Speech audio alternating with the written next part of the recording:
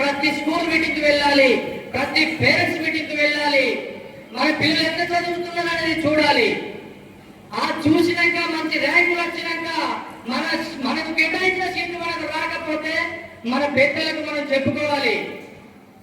మన గ్రూప్ 1లో మాస్టి కులానికి చెందిన గ్రూప్ 1లో మనకి ఎన్ని సీట్లు ఉన్నాయి, ఆ సీట్లలో మన ఎంతమంది పిల్లలు మంచి మెరిటీస్ ఉన్నారని చెప్పేసి చూసుకొని అప్పుడు వాళ్ళకు చెప్పుకుంటే మాకు వచ్చిన సీట్లు మీరు ఎందుకు కేటాయించలేదు అని చెప్పి వాళ్ళు ఫైట్ చేయగలుగుతారు. దానికోసం ప్రోత్సహించవలసిన బాధ్యత, మన పిల్లల్ని మంచిగా విద్యా బోధన అందించవలసిన బాధ్యత మన పైన ఉంది. మనం చదువు చెప్పలేము కానీ మోటివేషన్ చేయాలి, అని వెళ్ళాలి, చదువుకోవాలి, సారు చెప్పినట్టుగా మంచి విద్యా బోధన అందుకోవాలి బిడ్డ అని చెప్పాలి. సారు కొడుతున్నా అంటే సార్ దగ్గర మనం ఫైట్ చేయడం కాదు, మా పిల్లలు ఎందుకు కొట్టామని. మన పిల్లవాడికి ఎందుకు సీట్లు రాలేదని కొట్లాడాలి.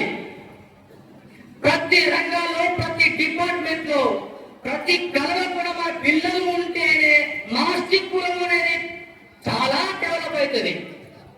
అంతేకాని మనం ఎంతసేపు కుల సర్టిఫికెట్ రాలేదు, కుల సర్టిఫికెట్ ఇవ్వలేదు అని అంటే మన తాత ముత్తాతలే మన పేరు ఉండేలా చేయలేదు.